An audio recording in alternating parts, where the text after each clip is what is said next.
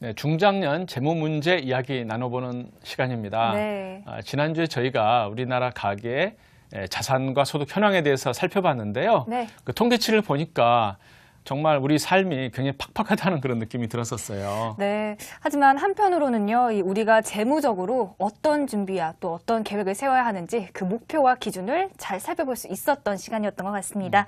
오늘도 그 이야기 이어갈 텐데요. 한국투자증권 은퇴설계연구소의 강성모 소장님과 함께하도록 하겠습니다. 어서 오세요, 소장님. 네, 안녕하십니까? 네.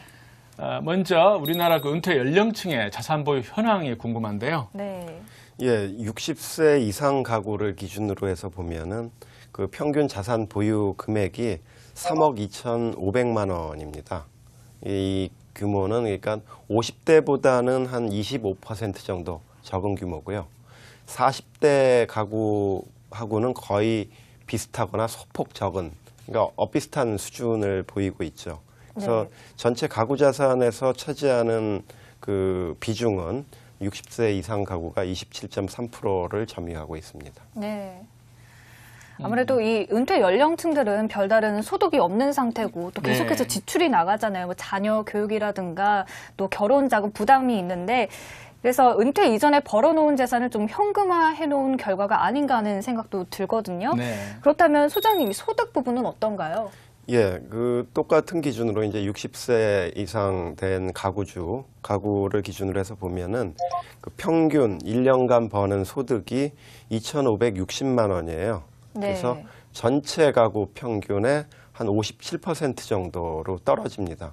근데 어떻게 생각해 보면은 아니 60세 이상인데 2,500만 원 정도의 정기적인 소득이 있다라는 게 조금 의아해 하실 분도 계실 텐데요. 네. 이건 이제 60세 이상이라고 하더라도 그 가구에 그 소득원이 있는 가구 구성원들이 있을 거 아닙니까? 네. 그것까지 다 합치니까 이렇게 나오는 거고, 실제로 순수한 노인 가구, 그러니까 뭐냐면은 가구원이 모두 다 65세 이상인 은퇴하신 분들이 구성되어 있는 가구, 이걸 이제 순수 노인 가구라고 하는데, 네. 이 순수 노인 가구만 따져서 그 연 소득을 계산을 해보면은 1,290만 원 정도밖에 되지가 않습니다. 네. 그런데 우리나라 2인 가구 최저 생계비가 네. 97만 4천 원, 이게 이제 월 단위이기 때문에 연간으로 환산하면 이제 1,170만 원 정도 됩니다. 네. 그렇다 그러면 방금 말씀하신 그 숫자, 이게 1,290만 원인데요. 이렇게 네. 되면 최저 생계비 수준에도 조금 모자라는 것 같아요.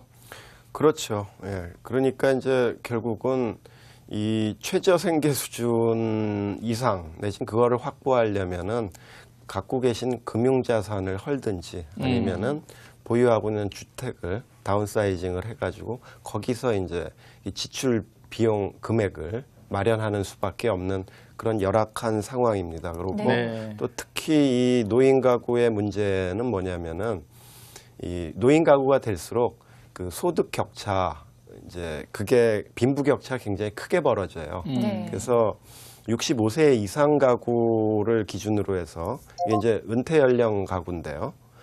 그 보면은 빈곤율이 50%가 넘습니다. 여기서 말하는 빈곤율이라는 거는 네.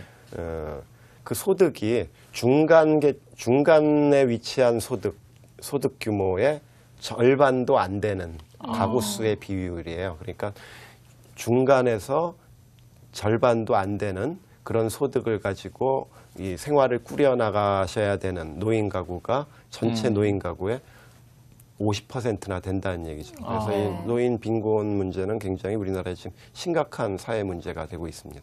네. 그렇군요. 그렇다면 소장님, 이 소득원은 어떻게 되는 건가요? 예, 그 생활비 이제 마련 방법을 그 설문을 한 결과로 보면은 네.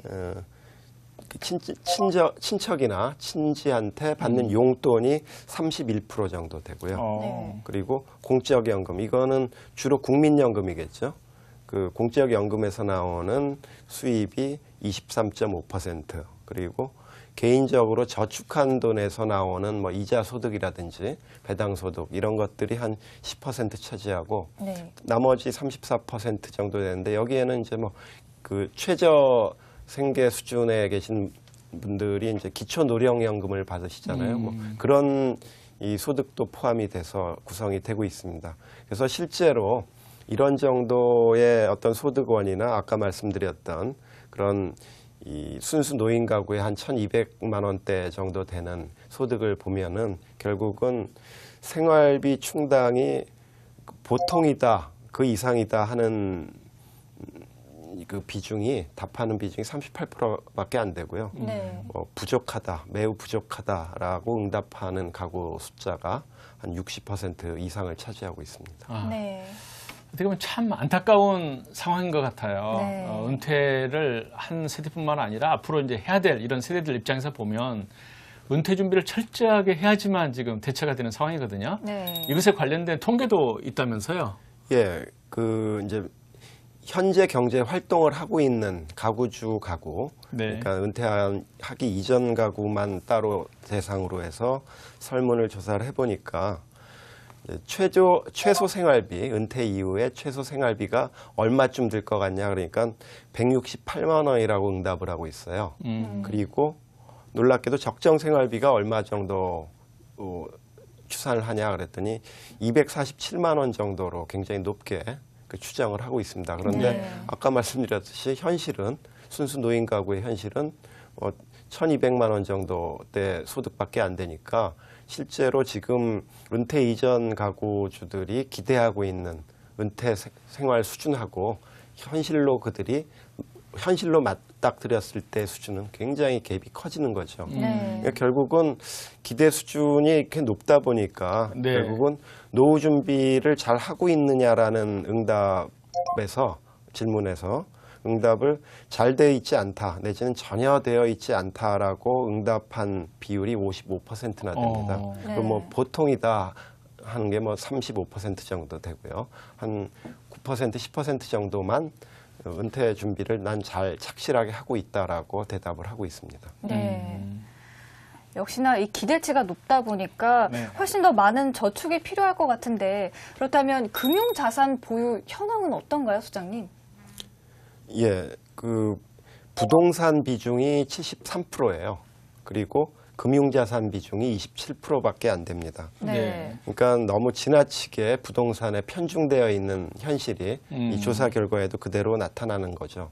근데 이거는 연령층이 높아질수록 이 경향이 굉장히 커지는데요. 네. 60대가 되면은 83대 17, 그러니까 부동산 83, 그 금융자산 17 이런 식으로 완전히 왜곡되고 집중화된 그런 자산 배분 형태가 나타납니다. 그리고 그나마 조금 갖고 있는 금융자산에 있어서도 그 금융자산 배분 비중이 자산별로 예금이 한 90% 차지한다라고 예금을 90% 정도 하겠다라는 응답을 하고 있고요. 네. 뭐 수익성 자산으로 분류되는 주식이나 그 간접 투자, 펀드 투자 같은 경우는 합해봐야 6% 정도 투자를 하겠다 이렇게 응답을 하고 있어서 사실은 굉장히 자산 배분이 부동산, 금융 왜곡돼 있고 금융 자산 내에서도 굉장히 비효율적인 자산 배분 구성을 갖고 있는 현실입니다. 네. 네, 각자 개인적인 상황이나 처지에 따라서 이 자산 배분법은 다를 수 있지만 그래도 어느 정도 균형 있는 이 자산 배분 비율이라던가 그런 방법이 있잖아요. 네. 소장님이 추천하는 이 자산 배분법은 어떤 거가 있을까요? 예, 말씀하신 대로 정답은 없고요. 네. 그러니까 글쎄 이렇게 생각해 보면은 쉽지 않을까 싶은데요.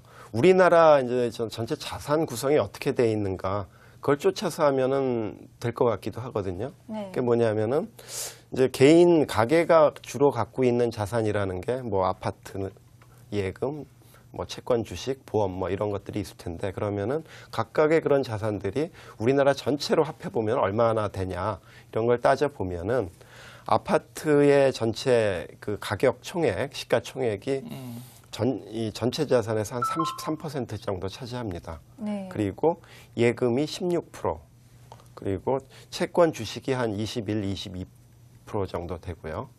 그리고 보험이 한 7% 정도 됩니다. 그러니까 이런 구성 비율로 그 개인적인 자산 구성을 이뤄내면은 결국은 우리나라 경제의 기본적인 수익률, 모든 자산에서 골고루 나오는 기본적인 수익률은 쫓아갈 수 있다라는 얘기죠. 그런데 이게 대부분 여기에서 비추어 보면은 어느 한쪽으로 굉장히 집중되어 있을 가능성이 상당히 높죠. 네. 주로 아파트 주택이나 아니면 예금 중심으로.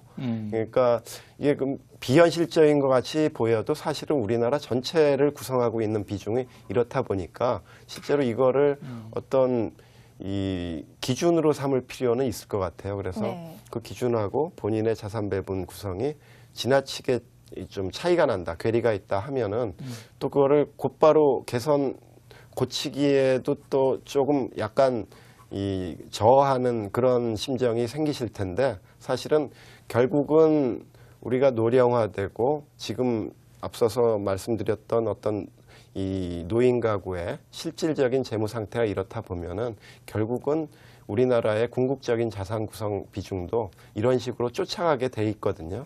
그러니까 결국은 그거를 누가 한 발 앞서서 그런 어떤 본인의 포트폴리오를 재조정하느냐라는 게 빨리 하는 게 빨리 할수록 그만 어떤 이 보상이 돌아가지 않을까 저는 그렇게 생각하고 있습니다. 네. 오늘은 우리나라 노인 가구의 자산과 소득 현황을 살펴보고 또 국민 전체의 노후 준비에 대한 인식을 살펴봤는데요. 네. 여러 가지 참 너무 아쉬운 결과인 것 같습니다. 네, 그렇습니다. 조금은 더 행복한 노년기를 위해서 조금은 더 치밀한 계획이 필요할 것 같습니다.